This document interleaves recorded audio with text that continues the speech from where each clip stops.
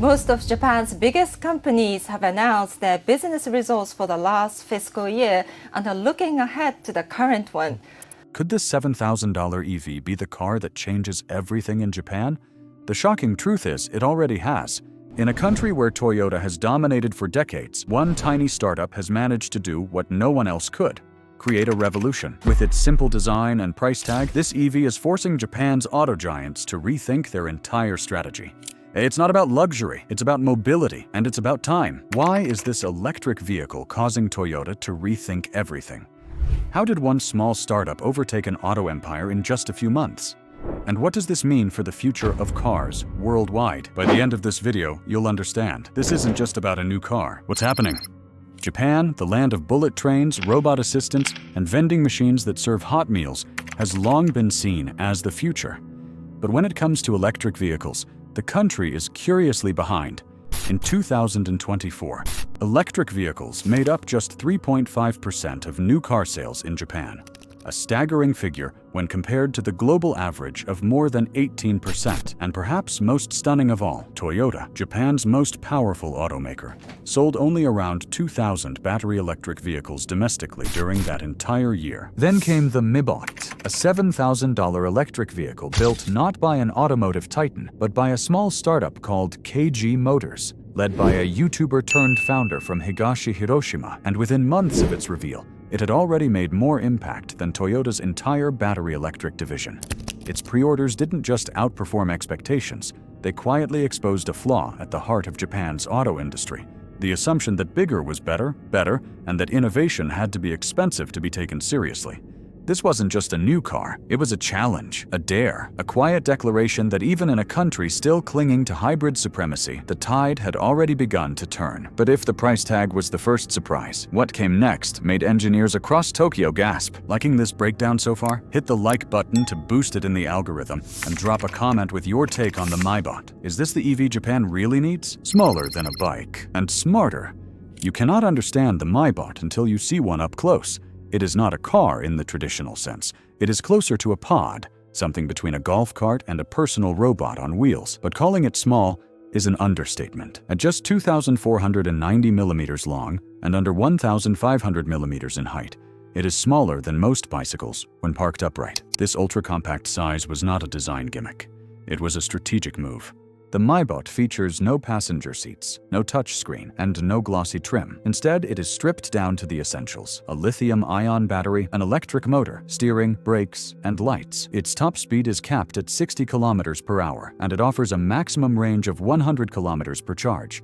Deliberately tuned for hyper-local daily use. No superchargers, no dashboards with artificial intelligence. It charges from a standard home outlet in just 5 hours. Its lightweight build, thanks to a rigid single-shell chassis, typically reserved for aerospace or motorsport, allows it to operate efficiently without a powerful drivetrain. The philosophy behind it is simple: remove every feature that does not serve its purpose. What remains is a personal vehicle that weighs less than 400 kilograms and can traverse alleys so narrow that even K-cars get stuck. The result? A machine so lean it redefines what efficiency looks like in urban and suburban mobility.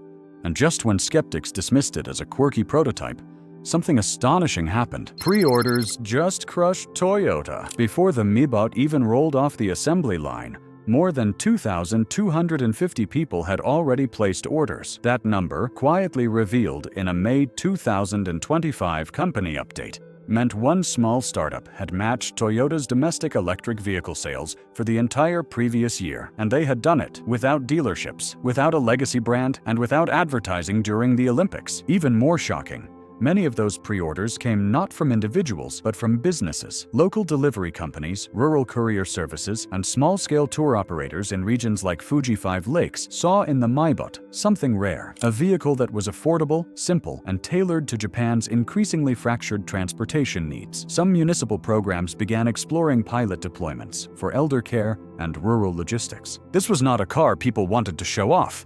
It was a car people needed. It could navigate neighborhoods where taxis refused to go. It could replace a scooter or bicycle for someone over the age of 70. And it could do all of that without the maintenance costs or charging complications of a full-size electric vehicle. KG Motors had touched a nerve. In a market thought to be conservative and slow-moving, the demand for the Maybot hinted at a deeper desire. But that desire? It was never about technology. It was something more primal. Freedom for Japan's forgotten towns. The Maybot does not sell a dream of speed or status. It sells dignity. For the millions of elderly residents living in Japan's rural and semi-rural towns, mobility has become a quiet crisis. Public transport is vanishing, taxi services are sparse, and even scooters or bicycles, common replacements, are becoming impractical or dangerous with age. The Maybot enters that space not as a luxury, but as a tool, a way to buy back independence. That is what makes it different from the flashy electric vehicles being paraded by global brands. It is not meant to impress, it is meant to empower. A retired farmer in Okayama Prefecture can now drive to the grocery store or the clinic without fear of traffic or terrain. A home nurse can complete her visits across winding mountain roads without needing to stop at a charging station. This is what mobility actually means in 21st century Japan. Not speed, but access. Not range, but relevance. The Maybot does not try to do everything. It is not built for expressways or families or status. It is built for one person, going a short distance without compromise. That constraint has become its greatest strength. And as KG Motors quietly rewrites what personal transportation looks like, the giants of Japan's auto industry are no longer looking forward. They are looking over their shoulders. Because this isn't just an innovation story, it's a warning, and Toyota will have to decide whether to compete or crumble. Toyota bet on the wrong future. For over a decade, Toyota defended its hybrid-first strategy with near-religious certainty. While other automakers rushed toward battery electric vehicles, Toyota championed what it called the multi-pathway approach, spreading its bets across hybrids, plug-ins, hydrogen fuel cells, and a limited number of battery EVs. The argument was simple: flexibility over commitment. In theory, it made sense. In practice, it now looks like a defensive posture from a company caught between eras. As electric vehicle adoption soared globally from over 18% in Europe to more than 30% in China, Toyota's electric offerings remained virtually invisible. In Japan, where the company should have had a natural advantage, it managed to sell only around 2,000 battery electric vehicles in all of 2024. Meanwhile, a one-year-old startup sold more units of its first EV before building a single one. The multi-pathway philosophy that once shielded Toyota from volatility has become a shield from accountability. Instead of leading the charge, Toyota became a spectator, and the longer it waited, the narrower its lane became. Now, ultra-compact challengers like the Maybot are exposing the limits of that flexibility. When the world wants clarity, ambiguity looks weak, and as Toyota's strategy begins to falter, another legacy brand faces a different kind of problem, one that comes with its own price tag. Sakura can't survive. This price, the Nissan Sakura was designed to be Japan's answer to affordable, everyday electrification. With its 20 kilowatt-hour battery, its sleek K-car form, and driver assistance features like ProPilot, the Sakura became Japan's best-selling electric vehicle in 2024. By traditional standards, it was a triumph. By the new standard set by the Maybot, it now looks like a luxury. The Sakura starts at approximately 2.5 million yen, more than 3 times the cost of the Maybot. And while it does offer real-world range up to 180 kilometers, seating for 4, and a smoother driving experience, none of that matters to buyers who are laser-focused on price, simplicity, and purpose. The Sakura was built for families. The Maybot was built for individuals. In a shrinking, aging country, that distinction is everything. To make matters worse, Nissan had to pause new Sakura orders in 2022 due to overwhelming demand and limited capacity. That created a perception problem. Customers saw the Sakura as both expensive and unavailable. The Maybot, on the other hand, offered a straightforward promise: simple, personal, and on its way soon. Nissan still holds the crown for now, but the pressure is mounting. And just when Japan's automakers thought the disruption was homegrown, foreign rivals decided to enter the ring. BYD and Hyundai smell blood. If you think Japanese carmakers are only competing against each other, think again. In 2025, South Korea's Hyundai announced the launch of its isnt, an electric mini vehicle tailored specifically for tight Japanese roads and congested Asian cities. At the same time, China's BYD confirmed plans to introduce a key-class electric vehicle in Japan by late 2026. Suddenly, the battle for Japan's electric future is no longer domestic. The Hyundai isnt arrives with a badge already familiar to younger Japanese drivers and tech-savvy urbanites. It offers the safety features and digital experience that many associate with premium models, but with a smaller footprint and competitive pricing. Meanwhile, BYD enters with a war chest built from dominating China's electric vehicle boom and a reputation for undercutting rivals on both price and production volume. What makes this moment particularly threatening is timing. Just as Japanese giants hesitate, foreign brands are moving quickly and with intent. The slow rollout of EVs from Toyota, Honda, and Nissan has created a power vacuum in a market that was once thought impenetrable. The Maybot may have opened the door, but it is Hyundai and BYD who are preparing to knock it off its hinges. And yet, the Maybot's rise is not merely a result of legacy failure or global opportunism. Its greatest advantage may be the one no one saw coming. Stripped down, built to win. The Maybot's success is not an accident. It is a consequence of radical clarity. In a market cluttered by bloated dashboards, over-engineered features, and escalating sticker prices, KG Motors did the unthinkable. They asked what people actually need, and then they built exactly that. There is no touchscreen in the Maybot, no smart connectivity, no central computer humming beneath the dash. What it has is an electric motor, a battery, and basic driving controls. The design is local first. It does not aspire to leave the neighborhood, let alone the highway. It charges from a wall socket, not a fast charging station, and it was made to fit into places most cars can barely enter, including the impossibly narrow alleyways of Kyoto and Hiroshima's older districts. Its part count is lower than most mopeds. Its weight is light enough to allow performance without high-end components. The simplicity is not a compromise, it is a breakthrough. By removing 90% of what legacy automakers assume is essential, KG Motors created a product that works flawlessly for a forgotten demographic. That is the irony. The Maybot did not win by mimicking Tesla or Nissan. It won by rejecting the premise that a car had to be smart or connected to matter. It only had to be useful. And that is what the industry never saw coming. What they do next will define whether Japan leads or falls behind in the global EV race. The world wants Japan's secret. Tokyo was only the beginning. As news of the Maybot's pre-orders spread, urban planners from Paris to Seoul began to ask a quiet but serious question. What if Japan's ultra-compact electric vehicles are the blueprint for cities everywhere? It makes sense.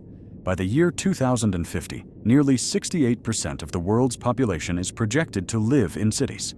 Congestion is worsening, parking space is vanishing, and full-sized electric vehicles are proving just as bulky and infrastructure-dependent as the combustion cars they're replacing. The global micro-EV market, already valued at $8.9 billion, is expected to nearly triple by the early 2030s. Why? Because the future may not belong to bigger batteries, but to smaller footprints. What Japan is doing, whether intentionally or by accident, is pioneering a mobility model that fits the new urban reality. The Maybot is not an outlier. It's a proof of concept for older residents, for delivery workers, for commuters tired of gridlock. A single-seat EV that charges at home and fits where a bicycle can't might be exactly what cities have needed all along. And now, foreign manufacturers are watching this model unfold and preparing to join the game. But for one country, it's not curiosity, it's conquest. Because China isn't waiting to see if this works. It's coming to take it. China's next target, Japan. In 2026, BYD, China's electric vehicle powerhouse, is expected to enter Japan's K-class EV segment with a vehicle specifically designed to undercut local competitors. For Japanese automakers, this is not just business. It is a full-scale strategic incursion from the one rival that has already beaten them in their home market, just not in cars. Over the last 5 years, China's dominance in battery manufacturing, rare earth processing, and electric bus production has become the backbone of the global EV economy. Now, with the Ki segment opening up, BYD sees an opportunity to extend that lead. Its model is simple: build at scale, export with precision, and price just low enough to make competition unbearable. The goal is not just to participate in the Japanese market, it is to set the floor for what cheap and efficient really mean. For Japan, the optics are sensitive. The K category is not just regulatory, it is cultural. These microcars are as symbolic as they are practical, tied to rural life and urban pragmatism alike. For a Chinese automaker to outcompete locals in that space would be, frankly, humiliating. And yet that outcome is entirely possible. Unless Japan's legacy automakers act decisively, they risk losing not just market share but cultural ground. And at least one of them seems to know it, because behind closed doors, Nissan is making a desperate move to regain control. Nissan hits the panic button. For years, The Sakura was built under a joint venture called NMKV, a partnership between Nissan and Mitsubishi that helped share the costs and development load for K-class vehicles. But in 2024, the cracks started to show. Even as the Sakura topped sales charts for electric vehicles in Japan, rising material costs and supply chain issues pushed margins down. By 2028, Nissan plans to take full ownership of Sakura production, severing the NMKV arrangement entirely. The goal is to centralize manufacturing, cut internal costs, and eliminate the dual-brand complexity that slows down decision-making. But this is not just an efficiency play, it is a survival strategy. The Maybot has shown what a hyper-focused design can accomplish. Nissan knows that if it cannot bring down Sakura's cost, it will not survive against a $7,000 alternative that charges from a wall socket. Going in-house may help trim those costs, but it also means taking on greater risk and greater accountability. The real question is whether restructuring alone can fix the deeper problem. Legacy vehicles trying to compete in a market that has already moved on. And while Nissan's boardrooms buzz with urgency, another sector is moving faster. And it is not run by carmakers at all. Fleet buyers are taking over. The most surprising signal of the Maybot's future dominance isn't coming from individual buyers. It's coming from fleets. 7-Eleven Japan, already known for deploying electric mopeds in city deliveries, has begun evaluating the Maybot for low-volume urban logistics.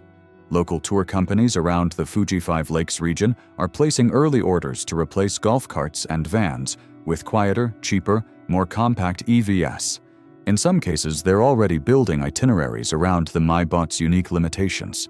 These aren't just test runs, they are signs of a new kind of adoption curve, one that starts with business use, not personal ownership. It is happening because businesses face the same constraints the Maybot was built to solve: limited parking, narrow streets, low budgets, and local-only travel. Tourism operators can use it for scenic loops. Delivery services can reduce fuel costs. Small towns can offer shared fleets for aging residents who no longer qualify for standard licenses. In all of these scenarios, the Maybot isn't just an electric vehicle, it's a public utility. And once the infrastructure of commerce begins to shift around a new platform, the rest of the market often follows. The automobile becomes not just a product, but a network. In Japan, that transformation has begun quietly, but globally, the shockwaves are only just starting. Because when a $7,000 vehicle starts reshaping an entire country's mobility culture, you can bet that the next battlefield will not be local.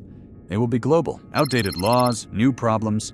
Japan's traffic code is famous for its precision, but it was never written with one-seat electric pods in mind. And now, the very success of micro-EVs like the Maybot is exposing the cracks in a regulatory system built for a different era. The problem? These vehicles are too new, too different, and too small to fit neatly into the legal categories that define everything from insurance to road access. Legally, the Maybot is classified as a moped minicar, a category that caps the maximum speed at 60 kilometers per hour and requires a full Japanese driver's license, usually obtained at age 18 or older. That immediately locks out a huge segment of elderly users, many of whom have voluntarily given up their licenses but still need local transportation. What's more, these minicars are banned from faster roads and face restrictions that make even short intercity trips impossible.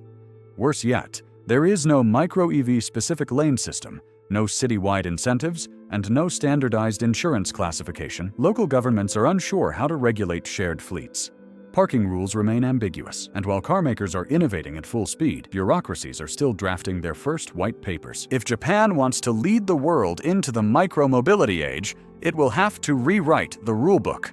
Because right now, the law is moving slower than the car. And in the vacuum of regulation, another force has begun to accelerate: capital. VCs are swarming this pod. In the spring of 2025, KG Motors raised over 1,390 million yen in early-stage capital, catapulting its valuation into rare territory for a Japanese startup. Suddenly, a vehicle that looked like a glorified go-kart was attracting serious attention from venture capitalists, tech funds, and even global investors typically focused on AI or climate infrastructure. What they saw wasn't just a car, it was a platform. In the same way e-scooter companies became billion-dollar bets in the early 2020s, the Maybot represented something larger, a scalable, low-cost solution to urban congestion and demographic shifts. And crucially, it was real. Not a prototype, not a PowerPoint, real pre-orders, real factory plans, real government testing. Private investors are now calling it the post-car car. Hedge funds have begun modeling fleet rollouts in emerging economies where gridlock and aging roads make full-sized EVs impractical. And analysts in Tokyo have already suggested KG Motors could be acquired within the next 5 years by a legacy automaker desperate to buy credibility in the segment. The irony? This wasn't even a pitch deck company. It was born on YouTube. And that's exactly what makes the next shift even more explosive. Because the most powerful threat to Big Auto is not another conglomerate. It's a content creator with a blueprint. A YouTuber outsmarted Big Auto. Kazunari Kusunoki didn't come from Toyota. He didn't graduate from MIT. He was a YouTuber, a self-taught creator who filmed breakdowns of car tech and city planning. And now, his company is producing Japan's most talked about electric vehicle. That fact alone has rattled the foundations of Japan's traditional auto industry, where innovation is supposed to come from above, not below. For decades, industrial power flowed top-down. Design and R&D, build in megafactories, sell through dealerships. But the Maybot flips that script. Its founder crowdsourced insights, kept part counts low, and used a digital-first strategy to build buzz. In many ways, KG Motors looks less like a car company and more like a software startup with manufacturing. And that's dangerous, because if a small team with a small budget can outperform Toyota in media attention, early demand, and public imagination, then what's the value of an empire? Already, union leaders are sounding alarms about what this means for labor. The Maybot is assembled with a fraction of the workforce. There are no complex dashboards, no infotainment stacks, no bloated engineering divisions, just welders, battery packs, and a chassis. For Big Auto, the threat is no longer just electric. It's cultural. And for everyday people, the change is not just technical, it is emotional. Because what the Maybot is unlocking isn't just mobility, it's something far deeper. If this surprised you, there's more coming. Hit subscribe now so you don't miss the next wave of EV disruption. We cover what others won't before it becomes obvious. This isn't about cars anymore. The Maybot doesn't scream power. It doesn't race. It doesn't impress at first glance, but it does something much more radical. It gives people control. In rural towns where buses stopped running, in alleyways where cars can't fit, in economies where cars are out of reach, the Maybot shows up. This isn't about horsepower, it's about freedom. For elderly drivers, it means autonomy. For low-income workers, it means a safer alternative to scooters or bicycles. For delivery services and tour guides, it's a tool that pays for itself in weeks, not years. And for governments, it could be the blueprint for reducing congestion and emissions without massive infrastructure bills. When mobility becomes local, simple, and personal, it stops being a luxury. It becomes a right. That's why the Maybot matters. Not because of its top speed, or its price tag, or its monocoque shell, but because it redefines what a car is.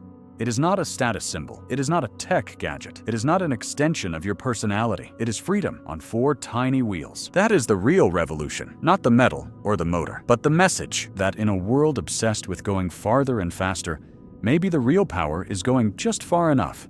And doing it on your terms. This wasn't just a car story, it was a warning. So if you want to stay ahead of what's next, subscribe now and let us know our thoughts in the comment below. More revolutions are coming, and we'll be here to break them down first.